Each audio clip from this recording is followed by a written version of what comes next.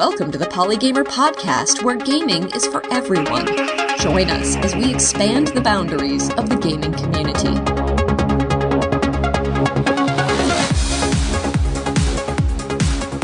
Hello and welcome to the Polygamer podcast, episode number 93 for Wednesday, September 18th, 2019. I'm your host, Ken Gagney. I had a fantastic time at PAX East several months ago, and I was fortunate enough to make friendships that have lasted to this day.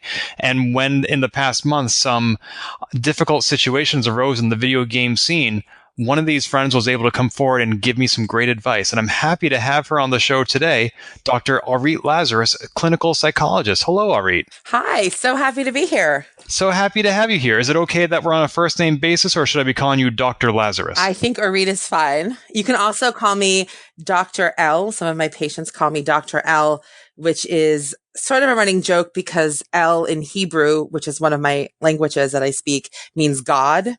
So Dr. God also I get addressed as, but Aurit will work just fine. So you don't have any sort of ego issues, I'm aware of. No, not at all. I can clearly see that. Wonderful.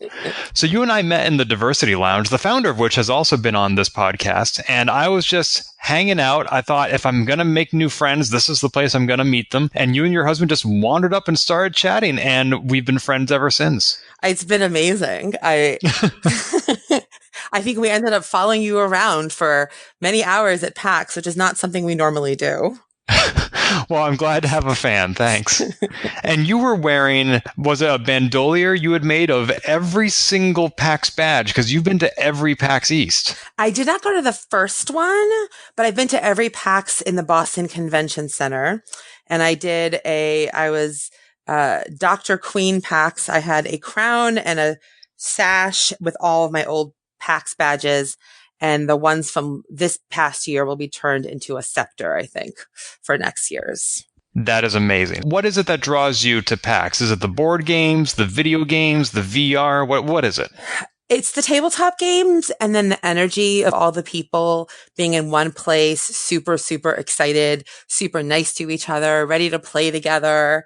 It's such a high for days and days. So you don't go for the video games? At PAX? Not as much. Like, I've entered a couple of tournaments.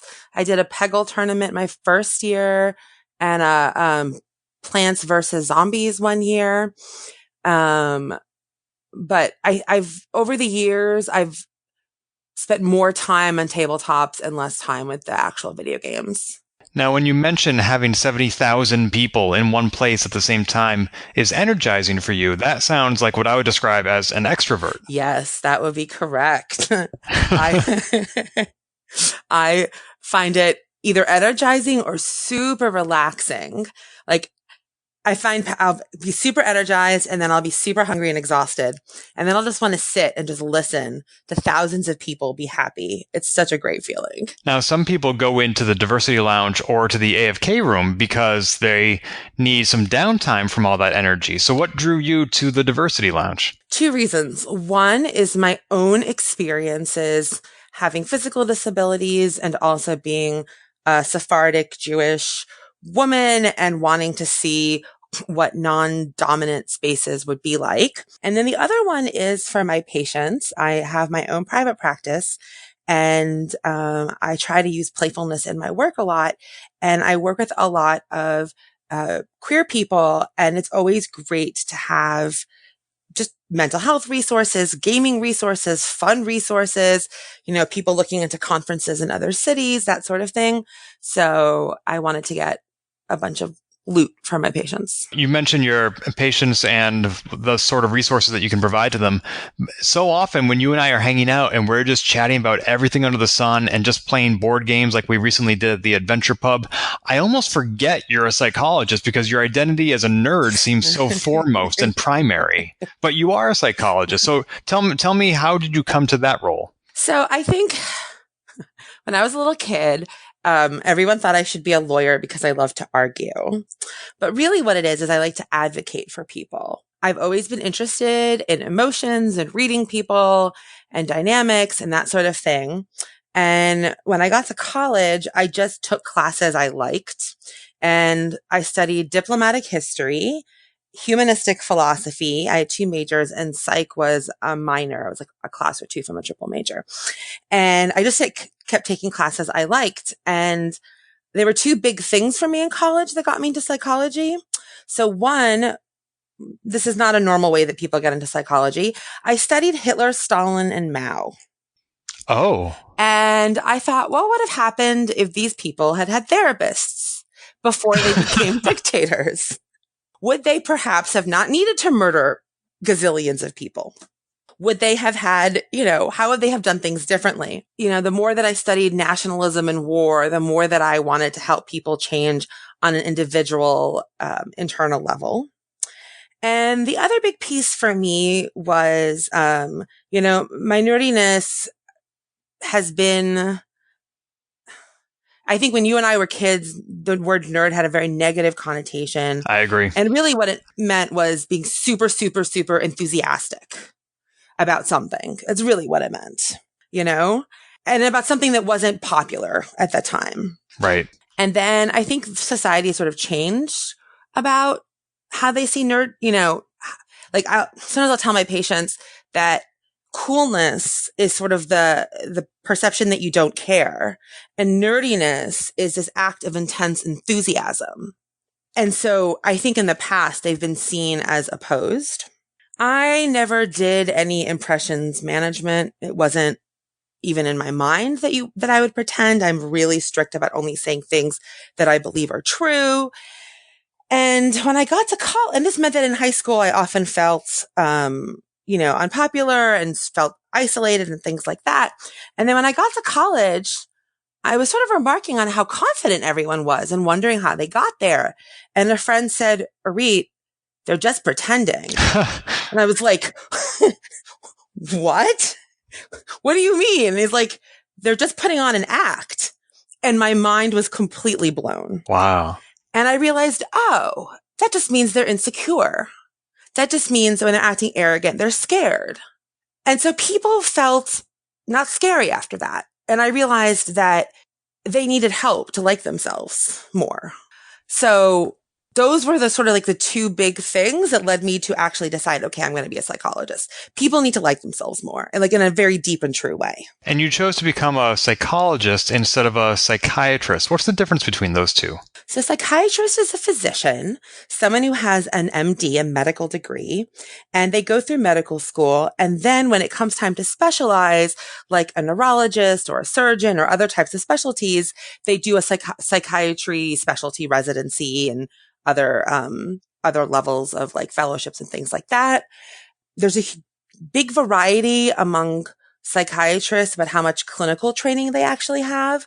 Some psychiatrists do what we call medication management, which is they're basically there to get a sense of your symptoms and then give you medicine, whereas others do talk therapy and some do both. Psychologists are not physicians at all. So my degree is a PsyD. So I'm going to add an extra distinction here, if that's okay. Psychologists can be PhDs or PsyDs. PhDs are Doctorate of Psychology. PsyD is Doctorate of Clinical Psychology. So a psychologist is a more clinical degree, and my degree is more clinical even than that and less research-based. I prefer to hear about the results of other people's research than to create it myself. But if I were seeing you because I had some sort of let's say, bipolar disorder or depression or a chemical imbalance, would you be able to prescribe something for me? No, I don't do any prescriptions. So I would be the person that you talk through everything with. So we would, get a sense of who you are as a whole person and then how these disorders play in your life, what your goals are, how you implement them, how you can predict trigger cycles. It's insight oriented, it's tools, mindfulness. There's a lot we can do. For the actual medication aspects of it, like for, bipolar disorder, if it's like, lithium or lamictal or something like that, then you're going to go to an MD. And some people use their primary care physicians and other people use psychiatrists or psychiatric nurses. And they meet with them less frequently because it's just for a medication check. Got it. Okay. Thank you. So your Was it a dissertation that you had to complete to become a psychologist? So because I was doing a PsyD and not a PhD, it was a doctoral project, so not fully the level of a dissertation, but I did a study with 100 subjects about playfulness, which I'm guessing is where you're going to ask me next. That's right. That's what I'm very curious about, which is, of course, PAX East is where I go to play video games. You have played video games there. Video games are a huge, not only industry, but also pastime for so many of us. We sit down at the end of a long day and we play video games for stress relief. Is there more to video games than just stress relief?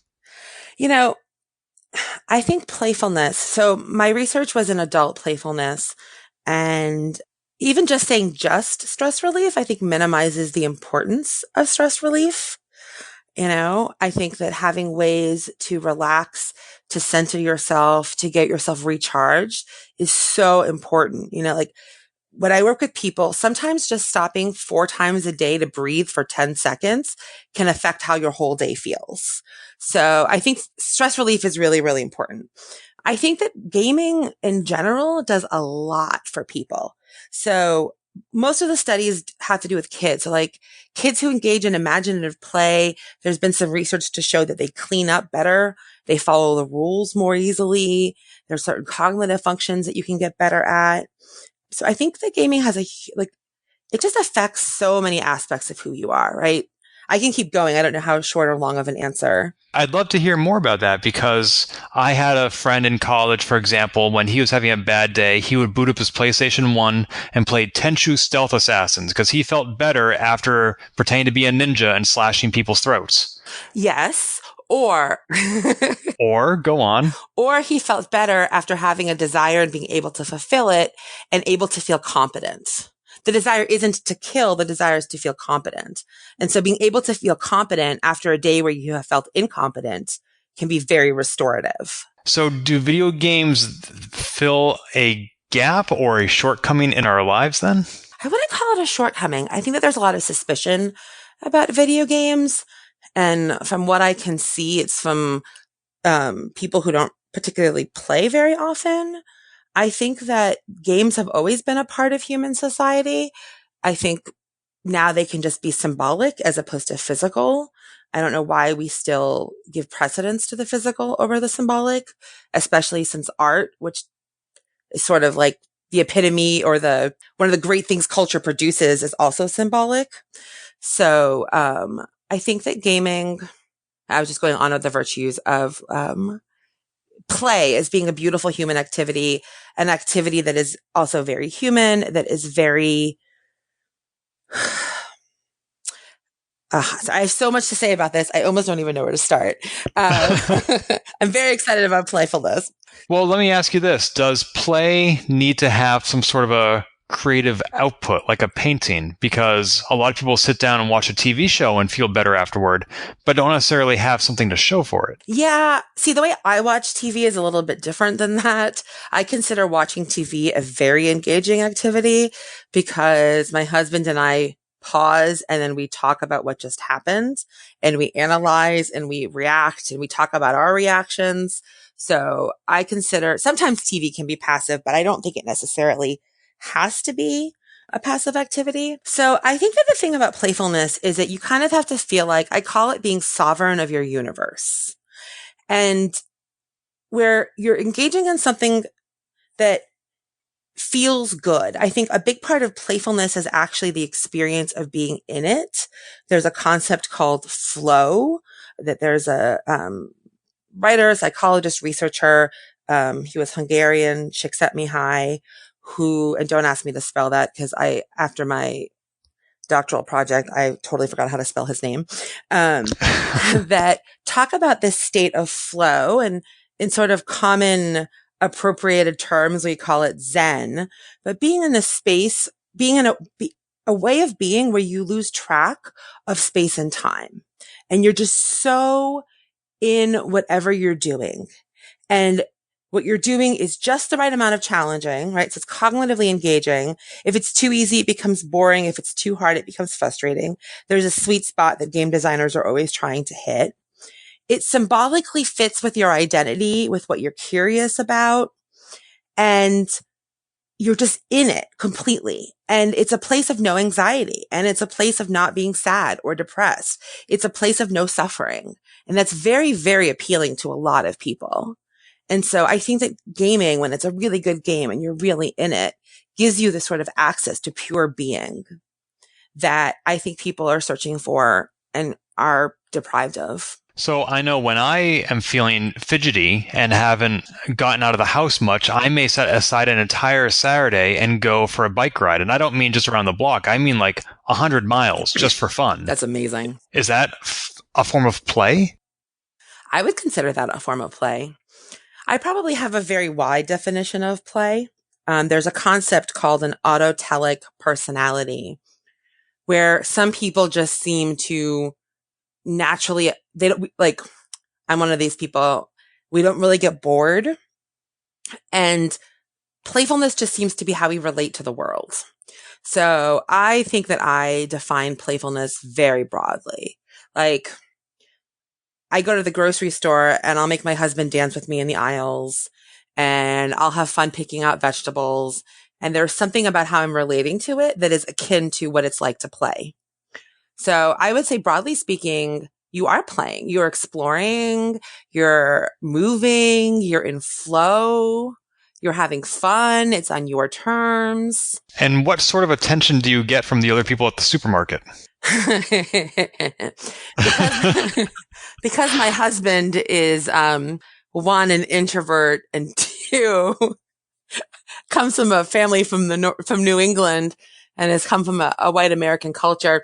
I try to only dance with him in aisles that are empty, to make That's very generous of you. His life a little bit easier. I think in the past, before I sort of was more attuned to it, people like seeing other people happy. They're kind of surprised by it. I'm notorious for hating the question, how are you? Because I don't always want to think about how I'm doing. I don't want to say I'm fine when I'm not and participate in my own oppression. I don't want to give a multifaceted answer. But on times when I'm feeling mostly happy, I'll say happy. And people are like, really? Why? And they're just so struck by the energy shift. So I am a proponent of having intense emotions in public.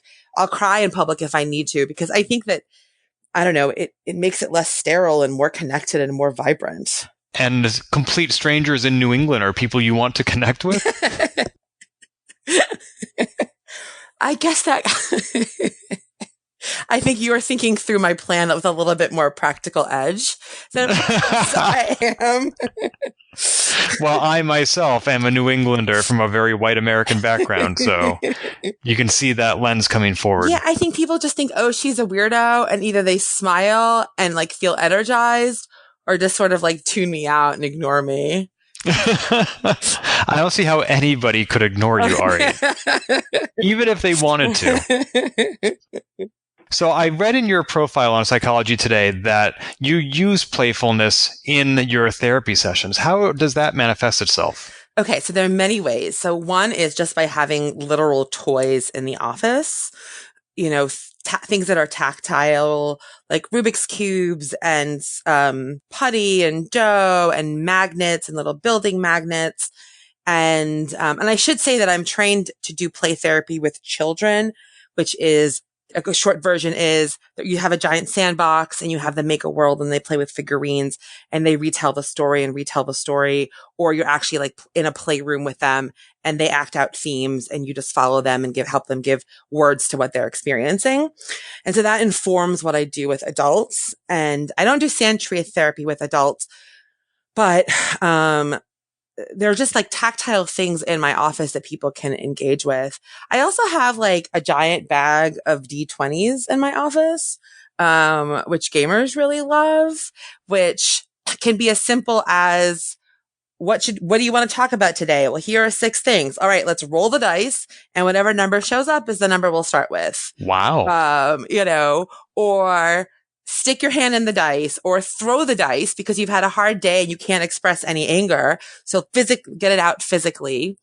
I make people dance in my office. I say make, they all consent, to get movement out.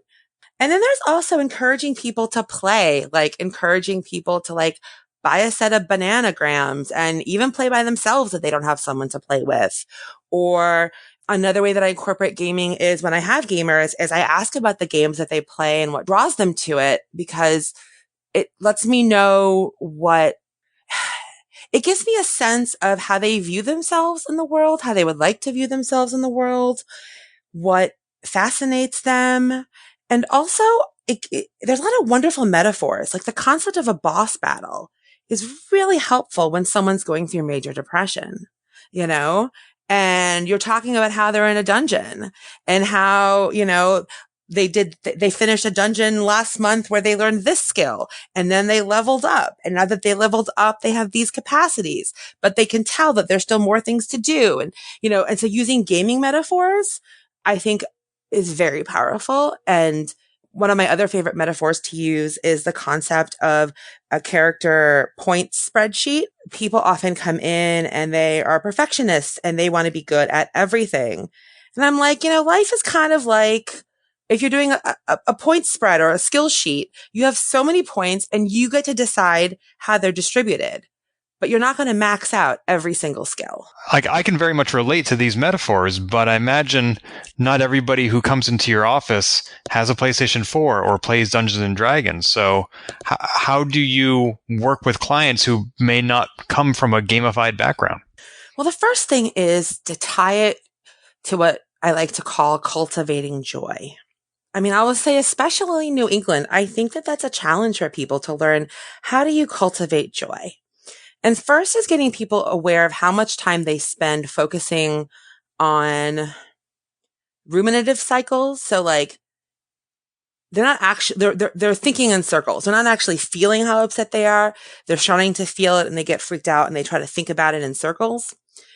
And how people are focused on motion and doing things and being on the move, and getting them to sort of stop and carve out little moments throughout the day for wonder, for joy, for silliness, So like for some people, it's just getting them to do a physical movement, like, or making up music videos, or, for my more creative people, I'll have them do like singing or things like that at home, like, right? Like grab a water bottle and pretend it's a mic. For other people, I think structured play is a little bit easier, especially for perfectionists who are not as in touch with their emotions.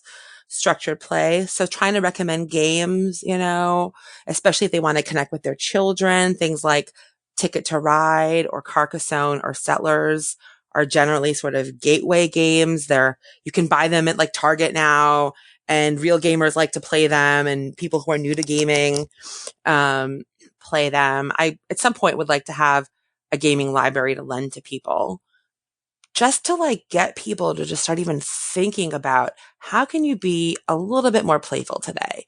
And to notice, how does that affect your mood? How does that affect your productivity? How does it affect the things that you're telling me you value and care about? Because the fear is that if they play, that it's going to detract. But in actuality, it tends to make people just feel happier and more energized. And it's easier to live everything else and to do everything else in your life. So you're not necessarily talking about people, setting aside a weekend day to do something or picking up a new hobby. You're talking about little moments throughout the day when they can spark that joy. Exactly. For people who are better at it, I will encourage them to take big chunks of time. People will often come in and report how much TV they watched or how many hours they played. And they say it with so much shame. And I point out the shame and say, okay, you're feeling ashamed because society is telling you you're not supposed to be doing this, but I don't understand why being productive is better than not being productive. Like that's a very, deep, I'm going to say capitalistic value that doesn't quite make sense to me, like instinctively, because existing on its own is kind of amazing. So, so I try to encourage them to notice the shame and address it and maybe put it aside. And then I talk about something that I talk to them about maintainability. So if you're going to play a video game, I believe that everybody has a sweet spot of how many hours in a row they can do an activity like watching TV or gaming, or whether it's video gaming or board gaming. And after that time, it starts to become exhausting. They start to feel listless, and then they don't feel so good about their day. But if they had just stopped an hour earlier, they would have felt amazing. So instead of shaming, why am I wanting to spend all my time doing this? Asking yourself a different question. At what point should I stop? Do I need to like play for 2 hours and then take a 10-minute break and move and eat and then go back? Or is, 3 hours good and then I need to talk to friends? And to, instead of looking at it if I'm a good, bad, looking at it as how does this fit? How does this work for me? And to be okay with everybody has their own baseline, of what makes them happy. Like I can be sedentary for much longer than a lot of people, which has its downsides in other areas of life. But in terms of like happiness, it gives me a lot more flexibility, So I like to encourage people to tailor their actual needs to what they're doing. That's really interesting to get people to ask themselves whether or not it's working for them. Because, for example, I had somebody come to me last summer and say that they had spent 50 hours playing Fallout Shelter. And 50 hours compared to some games is not a lot. But when they said this to me, they sounded unhappy, not just ashamed, but unhappy. And I asked them, well, are you enjoying it? And they said, no, I'm not. Yeah. But they couldn't stop playing the game. I don't know what was going on with them. Yeah. So I think so I have a few theories. I think sometimes we have a wish to be productive in a healthy, good, like I want to do something, but either we don't have the energy for it psychically, cognitively, physically, emotionally, or we don't know how to do it. Like the path is blocked. So then gaming becomes an activity we can do where we can feel productive, right? We have missions, we have tasks, we get points, we get gold. There's a tangible way to mark progress. And then I think we play and it kind of feels compulsive because you can't stop, but you're not having fun. And my theory is in general, it's because there's actually something else you want to be doing, but you don't know how to do it.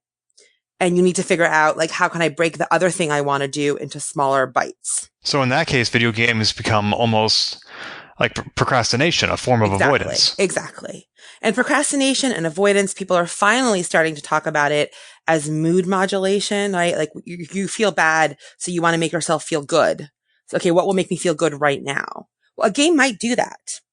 But if it's not hitting that sweet spot of like what you want to be doing, and I think all gamers know what I'm talking about when you're like in the game. I remember the first time I was playing Total War and I was using elephants to invade Rome, medieval Total War.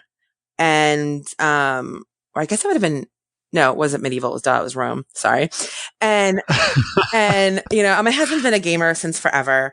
And we used to have fights where he would be like, I'm coming to bed in 15 minutes. And then I'd wake up 2 hours later and where is he? And I'm playing Rome. And I'm like, oh, my elephants, haha, they're in a city. They're not supposed to be. And then I look out and the sun has risen. And I was like, it's 7:30 in the morning. What just happened to my night? And I was like, I am having so much fun. I'm not stopping. I'm going to continue. This is amazing, right? And then there's other times where I might be playing something where I'm just like, this isn't any fun. I wanted to stop, but I don't know what else I want to do. Right. And that's a whole conversation about like, are you disconnected from yourself? Are you socially isolated? And what you really want is people? Maybe what you want isn't accessible to you. That kind of stuff is like a whole, like, as a therapist, I would work with a person to really, figure out like, what is it that they're like needing. I'm just giving you sort of like an overview, but I think that we get stuck in that like procrastination place because we don't really know we don't either know what it is or we don't know how to get it. It was interesting what you said about why is it so much better to be productive than non-productive. That's a very capitalistic view. I once met someone who was an artist, and the first thing she said to me was not, what do you do? Which is a very common question when you meet somebody. Her question to me was, what do you create? Love it. And I loved that question, and it just stopped me in my tracks and made me think about my answer rather than giving something automatically. Oh, and I've tried to adapt that question myself, but maybe I'm doing it in the wrong context, because when I ask other people that same question, they get really intimidated and overwhelmed, and their response usually is, why do I have to create anything? But if you ask them, if you ask them about productivity, I'm sure they'd have a very long list for you of all the things they've done that week to be productive.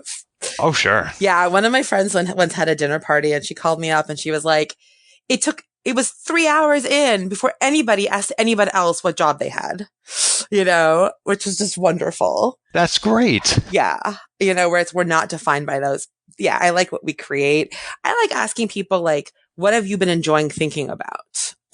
what's a thing that you feel like sharing? What random thing do you want to talk about? Yeah. I think that people are really, I think that like, again, I'm going to give you a complicated answer. I think there's a lot of cultural biases. There's also a lot of psychological ones. So if you have parents who in layman terms sucked and you had insecure attachment, like you didn't learn to internalize safety, you weren't reflected accurately by your parents, you didn't feel like known by them, seen by them, and encouraged to be your own person, it's often very hard for people with attachment disorders to be able to play, because the kind of safety you need to play involves a predictable environment, involves having the time and permission to disappear into a world and to know that when you return to the world and the one you live in, that there won't be any punishments and that the world won't be so radically different that you will be in danger emotionally or physically. So people, so that's another way play comes into, teaching people how to be playful often comes to like teaching them how to feel safe, teaching them how to be like present. So I think we also have intergenerational trauma patterns that make it harder for people to not be productive. And I imagine if someone is listening, I just said everything quite nonchalantly or, simply, but when people realize, whoa, that's the kind of parenting I have, it can often be incredibly emotionally intense. I recommend the book Attached if people are interested in attachment theory. It's just called Attached. Great. I'll include a link to that in the show notes. Yeah. And it's especially a catch-22, what you described, because if your environment is one where it's unreliable and you don't feel safe when you come back from this fantasy world that you escape into, that's all the more reason for you to have to escape from that world in the first place. Yeah. So you end up with an anxiety cycle or a depression cycle, or finding ways to play out of the house, or playing, and avoiding reality more and more and more so that your play world feels more real as a way to cope. And unfortunately, with kids and teenagers, people don't think, oh, they're acting this way. What are they protecting themselves from? What are they responding to? They think, oh, why are they addicted? Why are they being lazy? Why are they this or that? As opposed to seeing the behavior in context. I've worked with people who I think fantasy play like saved them. Had they not retreated, I don't know where they would have ended up emotionally. And it's too bad that we have movies like the Tom Hanks film Mazes and Monsters, which shows only the dark side of that. You're familiar with that movie? I am not. Oh, he plays a young man in a Dungeons and Dragons group, and his brother has committed suicide. And so the way Tom Hanks copes by that is by playing D&D so much that he assumes his character's identity and loses himself, and he can't come out of this fantasy he's created for himself. Oh. Yeah, I don't know why we're so suspicious of fantasies. Yeah. But I think as a culture, we sell fantasies and then we guilt people for having them. I guess we sell only certain kinds of fantasies, very specific ones that deal with material and physical wealth. Well, we certainly do sell power fantasies. Just look at all the superhero movies. Yeah, that's true. Yeah, no, I'm just thinking like, what kind of power do people feel with the superhero movies? I think that you need psychological power to feel happy and powerful, not just physical power and not just mental clarity. And I think that people talk about strength all the time, and it is so damaging. It drives me nuts. Where people are like, I need to be strong. And I'm like, what does strong mean? And they mean repressed. I've only seen the movie The Incredibles once, but I'll always remember that final scene where he talks about not being strong enough. And his wife thinks he means not physically strong enough to take on the bad guy. And finally he says, no, I'm not strong enough to bear the idea of losing you. And that is something that is very difficult for a stereotypical macho man to express, because his fame, his power came from physical strength. And to admit some other kind of weakness was difficult. Yeah. And I would say, why do you have to be strong enough to bear the idea of losing I think that somewhere along the way, some man was too scared of crying and then decided, oh, I know, I'll just call it a weakness. And I tell like with crying and emotions, I'll tell my patients crying is like peeing. It's a fluid that has to come out of your body. And if you don't let it, you'll explode.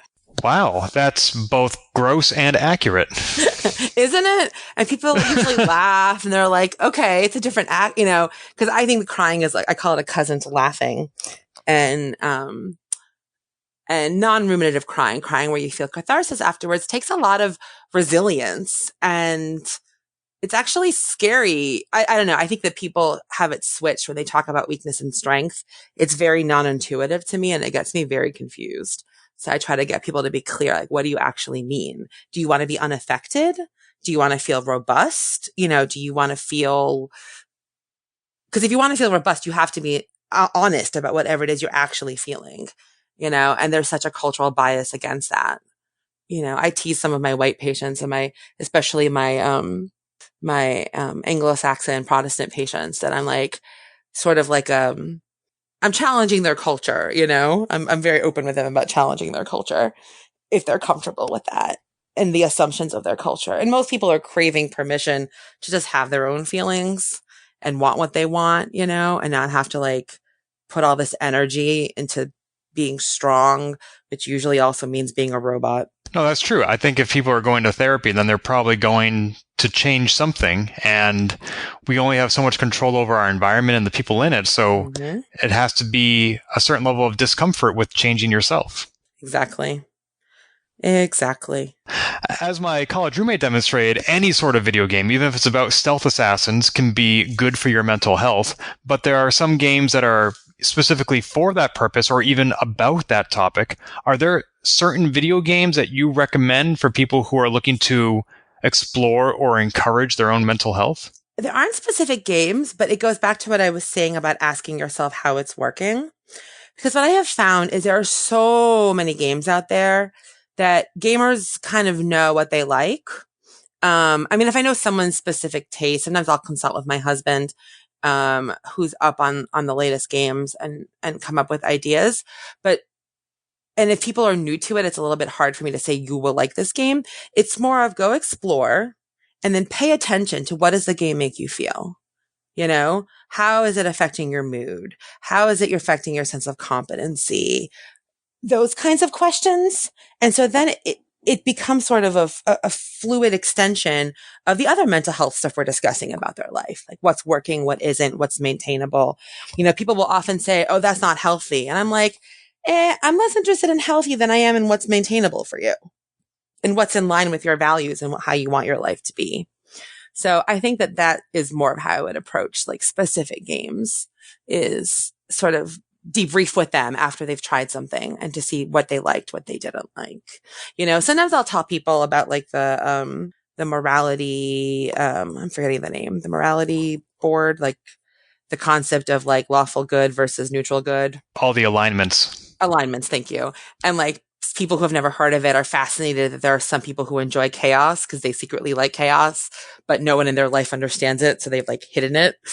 But yeah, so talking about games in that aspect, I might recommend people to like, I don't know, for board games, like, Board Game Geek. Am I remembering that correctly? That is the website. Yep. Yeah. I've done research on games to try to buy my husband games. So I've had to do my own online stuff.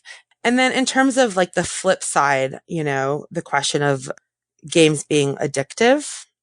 Is it okay if we switch to that for a sec? Yeah, because if I understand correctly, the American Psychiatric Association's publication, the DSM-5, recently defined that video gaming could be potentially addictive. Yeah, so first, I don't think they understand video. So wait, let me be clear. Video games can be addictive. There are people who it's addictive to the point where they're not eating, they become malnourished, they're not sleeping, and they are in a biological crisis. And that is very serious. That needs interventions, possibly inpatient interventions. I think that there is more, I think video game addiction is like any other addiction. I tend to think of addictions as inherently a problem with emotional regulation. So you don't know how to modulate your own feelings. If you're feeling upset, you don't know what to do to feel better. A lot of avoidance gets used. Your feelings end up being stuck where they were originally. So every time you go back to connecting with yourself, it's scary and you have to go back to your avoidant behavior. And so that's how I see gaming and alcohol and gambling and shopping and sex and all sorts of things that could be potentially addictive. I see it as just part of, okay, let's work on your emotional regulation. Let's figure out what it's doing for you in your life. I had video game addiction as a specialty, and I took it down off my profile because really what I'd prefer to do is let's use video games positively in therapy. I think people that don't play don't understand why it takes so much time, but okay, so are you aware of like the research about eye saccades? I've not heard that term before. Okay. So I would say it's saccade. Some people say saccade. Your eye jumps when it's looking in the visual field. It doesn't scroll equally across, one point to another. Your eye has these muscle jumps where your eye looks at one thing and then jumps to another spot. Right. And that's a saccade. And undergrad, I used to track these on people when I did like research. We put headsets and then you could see where they were looking and it was really cool. And there's some research that shows that how we experience time is really connected to how fast our eyes are moving. That if we're having a lot of eye saccades, we think only 10 minutes has passed when it's really been 40. I'm making up those numbers, but you get my point, right? We've all had that experience of I'm playing. Okay. It's been 10 minutes. Whoa. Where did that hour go? And so there is some theory about that. We actually are experiencing time differently, that we're not moving our eyes that quickly in other situations, but because of the screen, we're moving our eyes so fast that affects how we experience time. So that would be one thing that I, would make people alert to. And so maybe that means that you set an alarm, so that you don't lose track of time, beyond what you actually want to be absorbed in. So video games themselves are not inherently addictive is what you're saying. I kind of am reminded of a friend of mine who was originally diagnosed with alcoholism, and it turned out that what he actually was codependent, and he was using alcohol to self-medicate, essentially. It sounds like some people might use video games to self-medicate. Yes, exactly. Got it. Okay. Exactly. Yeah. So I want to move on to a less related but no less difficult subject. And this is one that's come up in the gaming news recently, where many women came forward with detailed, corroborated revelations about being in abusive relationships with men in the gaming industry. I want to ask you a little bit about that sort of dynamic, because I know that is something that you have some professional experience with in your counseling and your therapy. Mm-hmm. And I've also heard this just recently, how it can be difficult to identify when you yourself are in an abusive relationship, because abuse can take so many forms. So what is an abusive relationship? I'm going to answer this sideways, like I seem to answer all the questions. So abusive is actually not a word that we were taught clinically, which I always find really interesting / disturbing and confusing, which is why I go back to what's damaging and what is not maintainable. What ends up happening in abuse is, I think it's the most helpful to think of it in terms of a cycle. And, and I'll go through different parts of the cycle in a second, but what ends up happening is that whenever you're inside the cycle, you're reacting to what's happening and you can't see the bigger picture. I'm trying to think of a good example, because there's so many different ways you can get these abusive relationships. So let's say you have this codependent enmeshed. So enmeshed is when you outsource your own emotions to someone else and make them responsible for what you feel.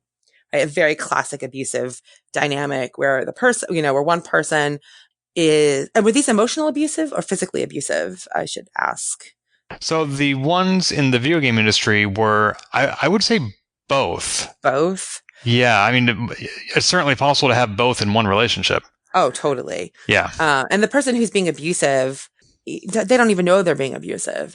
My first year in graduate school was working in a prison with boys ages 10 to 21.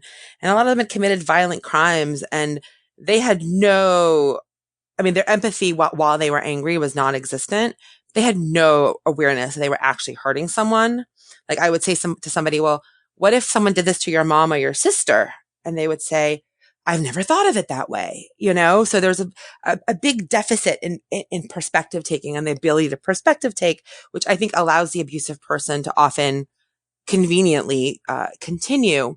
But let's say they outsource their feeling to their partner and their partner tries to make them feel better, but you can't ever really make someone happy if they're at their core unhappy. In an abusive, so one person, the abuser says, they may not even say this directly. Sometimes they will. It's your fault. I'm in a bad mood. You didn't do X, Y, and Z. And their incentive is to keep having complete ignorance of the other person's experience, to focus on what they're entitled to, and to feel justified in that entitlement. And usually they have chosen a partner who tends to be more accommodating, tends to be conflict avoidant, and tends to, on some level, believe things really are their fault. You get into this situation where you're psychologically sort of prepped to believe this toxic, poisonous things oh, this is your fault that I'm like this and like that. And additionally, you're with somebody who is gaslighting you. They're not saying to you, I am being abusive right now. That's the thing that people really don't get about abuse and about a lot of trauma is the person who's hurting you isn't telling you, I am hurting you right now. And this is going to make you feel powerless. And this is going to make you feel crazy. And this is going to make you feel like, it must be your fault, even though you don't know what you did.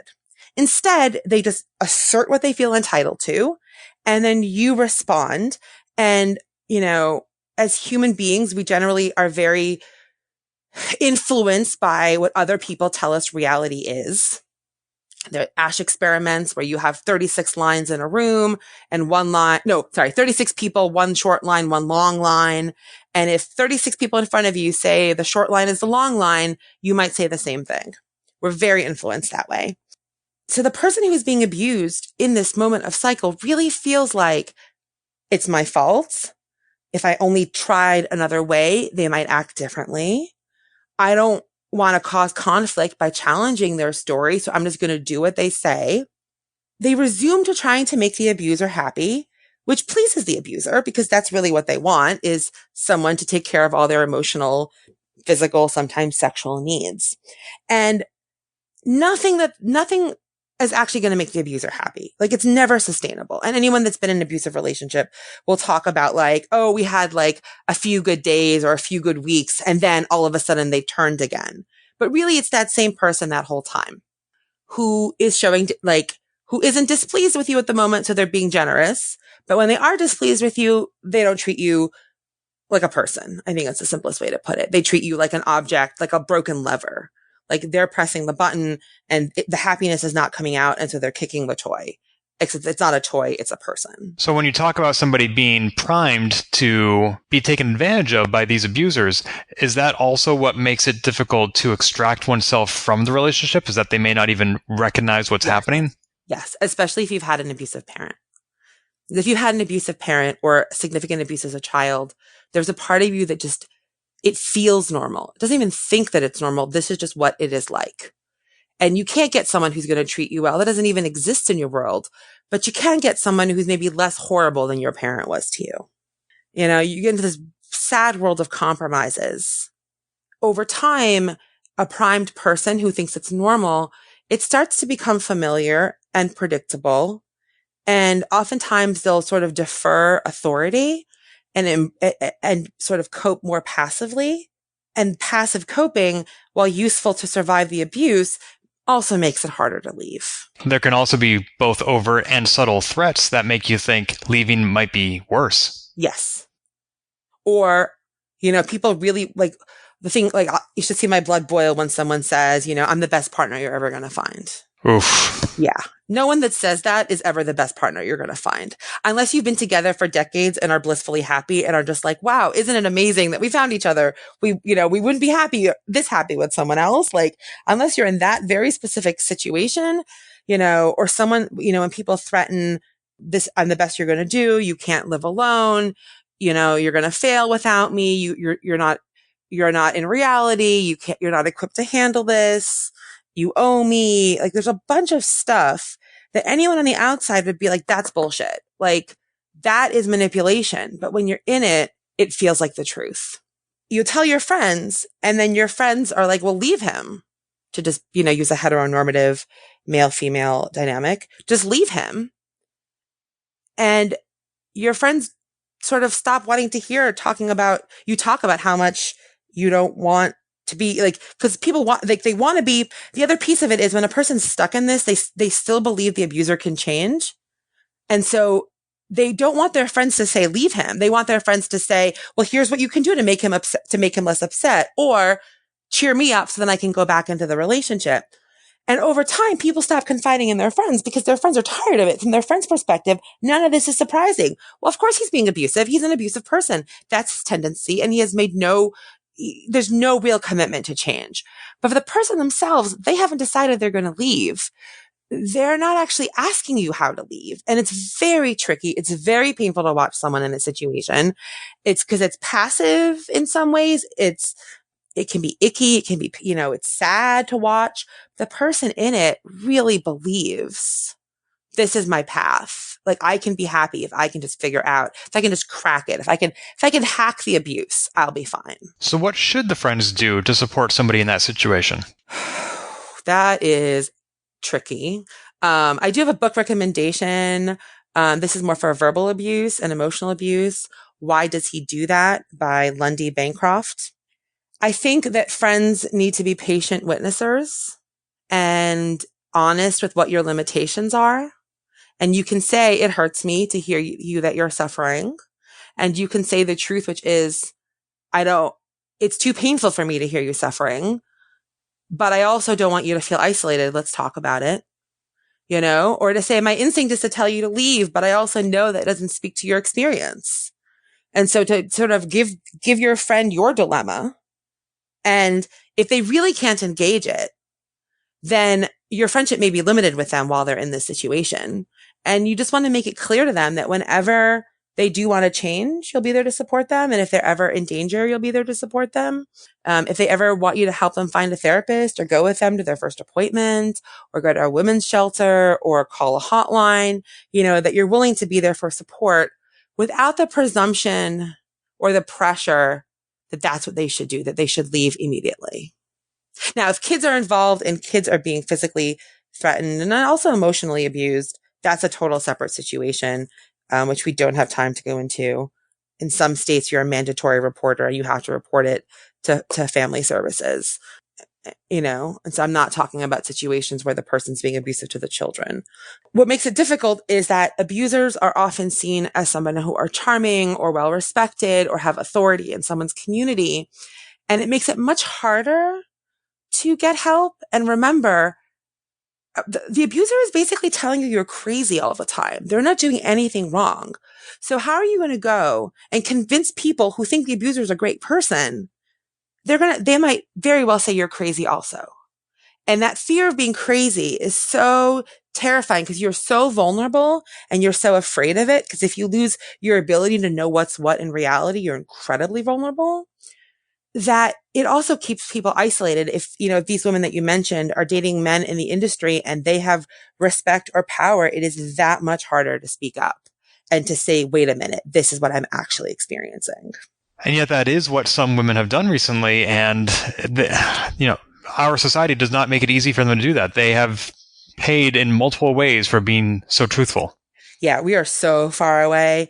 I was hoping with the Me Too movement that maybe for the first time in human history, women can start to that we could actually have safety in a real way.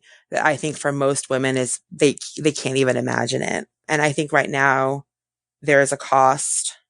I should also mention really quickly, I don't know if I'm allowed to link my own, what I've written. Did you come across my Medium article? I don't remember. How to Talk About Sexual Trauma. Yes, I did read that, and I'll definitely include a link in the show notes. Because I feel like that, while I'm not talking about ongoing abuse, I kind of am. That might be relevant for some of the people listening, of how not to and how to talk to people about sexual trauma. A lot of it also applies to like other kinds of abuse. So if somebody suspects that they themselves are in an abusive relationship, where should they turn for help? let's say you wonder if you're in an abusive relationship and technically you're not. That doesn't matter. You're still allowed to want out of a relationship if it doesn't feel good. Let's be clear about that. That I think sometimes people ask that question that you just asked, like, oh, how do I know? And the question is, well, if you're asking the question, something's going on already. And so even if the answer is no, I would say it's time to consult with a therapist or a trauma specialist. If you have medical insurance, this is much easier depending on the state that you live in.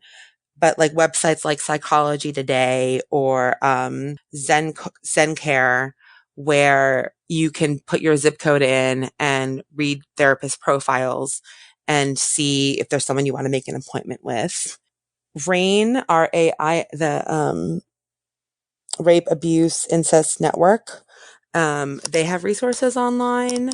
In New England, there are hotlines of the Samaritans. I can provide you all these links later, but the Samaritans can also be resources. But I think if you most likely want a therapist, a professional to help you sit through and see, why are you asking these questions? What's going on that your relationship has gotten to this point? What's going on that, something is bad enough that you're asking the question? And to know that a good therapist is not going to tell you to leave that person right away unless you're about to be killed. So that sometimes people don't go to therapy because they're not ready to leave the person. And you can just tell the therapist, I'm not ready to leave the person. I'm not there yet. And they should honor that, because you can't be where you're not. Well, thank you for those resources, and anything that you send to me, I'll definitely put in the show notes at polygamer.net, because these are important things for people to know about and have access to. So thank you. You are welcome. I hope that this has been useful. It's sometimes hard to tell how to make it a big topic concise in a way that is useful to people. No, I think anything that we can do to help get the word out is very valuable. And I know that you yourself, you are a tireless advocate and activist, and you have some social justice to pursue. But yes. in the meantime, if anybody wants to find you online, where can they do that? They can email me at auritlazerusid@gmail.com, which we can link.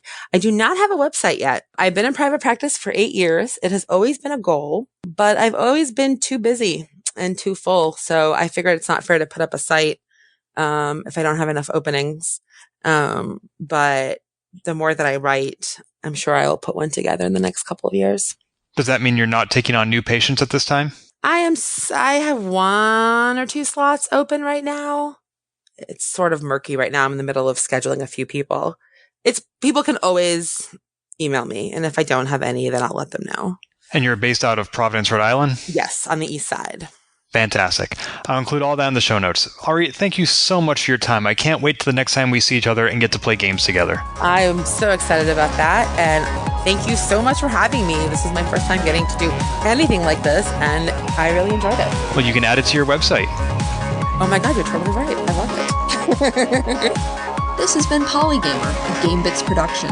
Find more episodes, read our blog, or send feedback at polygamer.net.